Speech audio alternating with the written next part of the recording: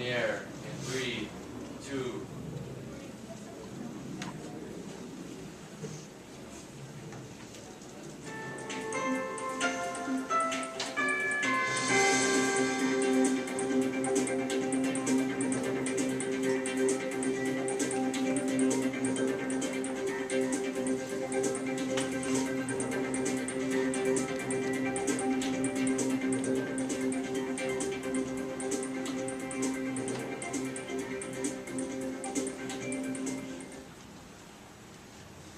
Hello and welcome to our point of view. A devastating famine caused by drought has affected more than 13 million lives around the world. Clean water is needed not only to drink but also to grow crops. People are suffering from malnutrition because the land isn't suitable for growing crops. The soil is lacking the nutrients. In addition to that, animals that are part of the food chain have difficulty finding plants, so they are dying of hunger and dehydration. Africa's main cause of water shortage or drought is the decreasing amount of rainfall each year.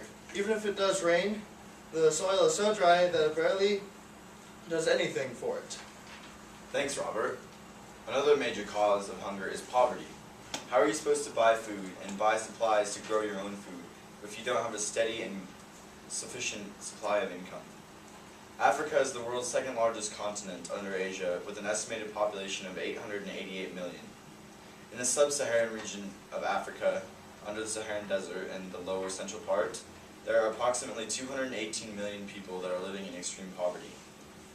Many factors contribute to this poverty, such as war, drought, bad economy, and bad government. This poverty means that people cannot buy food, which means that the food suppliers do not get a steady source of income, which produces jobs, which then results in more poverty. It is a downward spiral which is hard to recover from, and not only makes people poor, but hungry as well.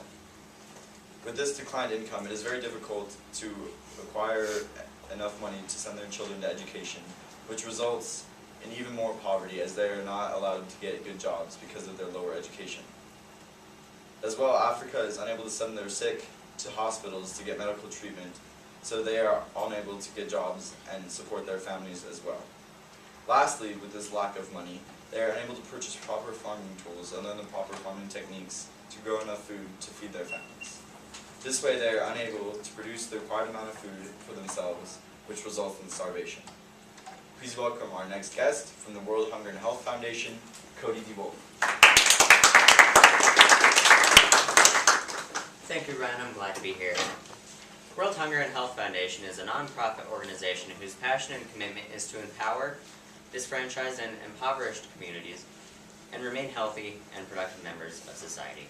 AHF programs are designed to provide a support and enabling environment to vulnerable communities to develop and sustain healthy behaviors.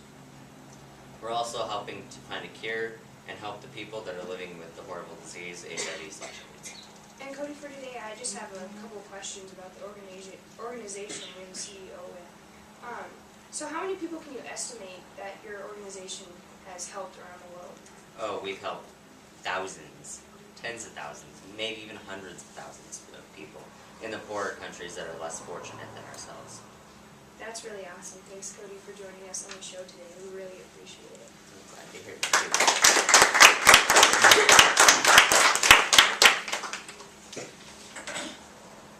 War is one of the greatest causes of hunger. During war, food and supplies are given to the soldiers, and that means less food for the other people. These people could either not eat or eat food that is so foul it would make them very sick.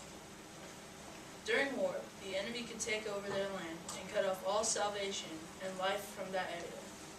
Food shortages and famine deaths occur when adversaries starve opponents into submission. Acts of siege warfare include seizing or destroying food stocks, livestock, and other assets in food-producing regions, cutting off marketed supplies of food in these and other regions, and diverting food relief from intended beneficiaries to the military and their supporters. As farming population flee, decline, or stop farming out of fear, and spreads food deficits over wider areas. Land mining and poisoning of wells are additional hostile acts that turn temporary acute food shortages into long-term insufficiencies. That these acts force people to leave and not return.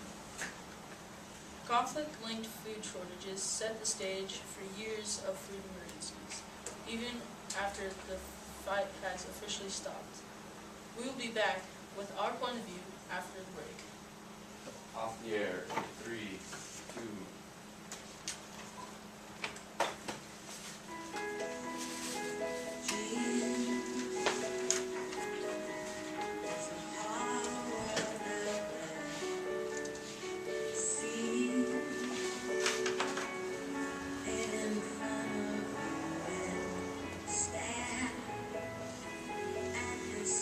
When you buy specially marked Pampers, you can help the world's babies in need. Because one pack of Pampers equals one life-saving vaccine.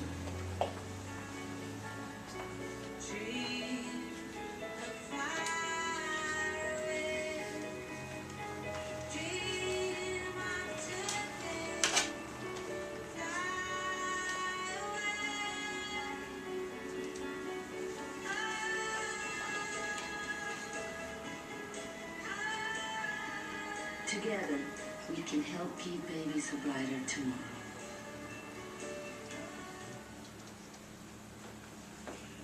Back on the air.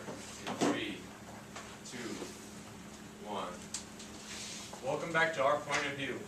Now, today's farming is one of the biggest trades in the world. It supplies the U.S. It is one of the major economic resources of the U.S. The disequilibrium of the world agriculture has been worsening as manifested by increasing food deficit in developing economies in contrast with increasing surplus in developed economies. Underlying this disequilibrium are policies determined by 3 different agricultural problems, confronted by countries depending on their different development stages.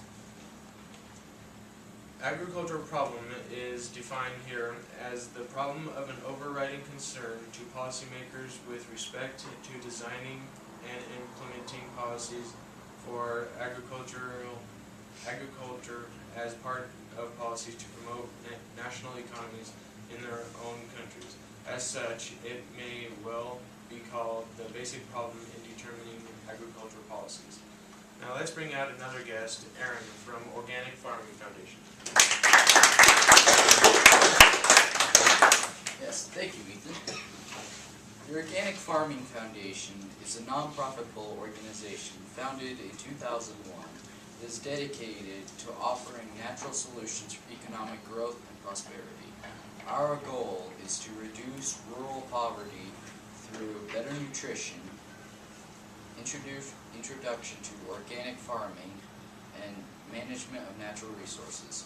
OFF's marketing and Argo business development program is a market-led trade capacity building partnership that facilitates the inclusion of the resource poor in organic production and trades by linking small farmers with markets to improve nutrition, food security, incomes, and community decision-making. Increased income will enhance the well-being of farm families and give them new incentives to improve their crops and other natural resources. Thank you for joining us today, Aaron, on the show.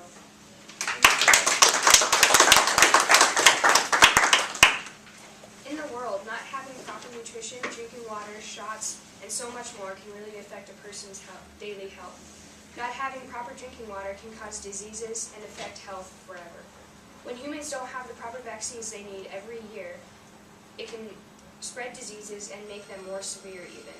Pampers has made a deal with health systems around the world that every bag of Pampers donates 1 vaccine to a baby in need. When children don't have proper nutrition, they are at risk for disease, death, and so much more. Well, seeing all our guests so far, I think we should bring out one more. This person has went through a huge hunger problem, and he's here today to discuss things that we can help to fix world hunger. Please welcome Michael Winters.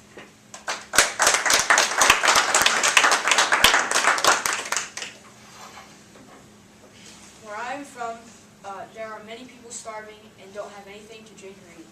Disease spread through my whole family, and it took all but one of my sisters. I had a family of 8, 4 brothers and 2 sisters. The place where I was living at the time was so dry that the ground was cracky, and as days went on the side of no rain or any source of water, my village began to lose hope. The townspeople were dying every day, and the population went from 800 to a mere 350. Foundations finally came to our rescue and gave us vaccines and pure drinking water. The foundation helped us recover from illness and established a pure water pump to help our drinking problems. I have this idea where we build a huge greenhouse in places like the desert, like for villages. And there's a drop system there, and you can grow all these different vegetables and fruits for people so they won't have the hunger issues anymore. And with the pure water system, you'll be able to grow healthy and whole fruits and vegetables. What do you think about this? I think the greenhouse development will help many children and affect millions others in Africa. Also, I hope it'll cure the minds of children so they don't have to wonder when they'll eat or drink next. Thank you, Michael.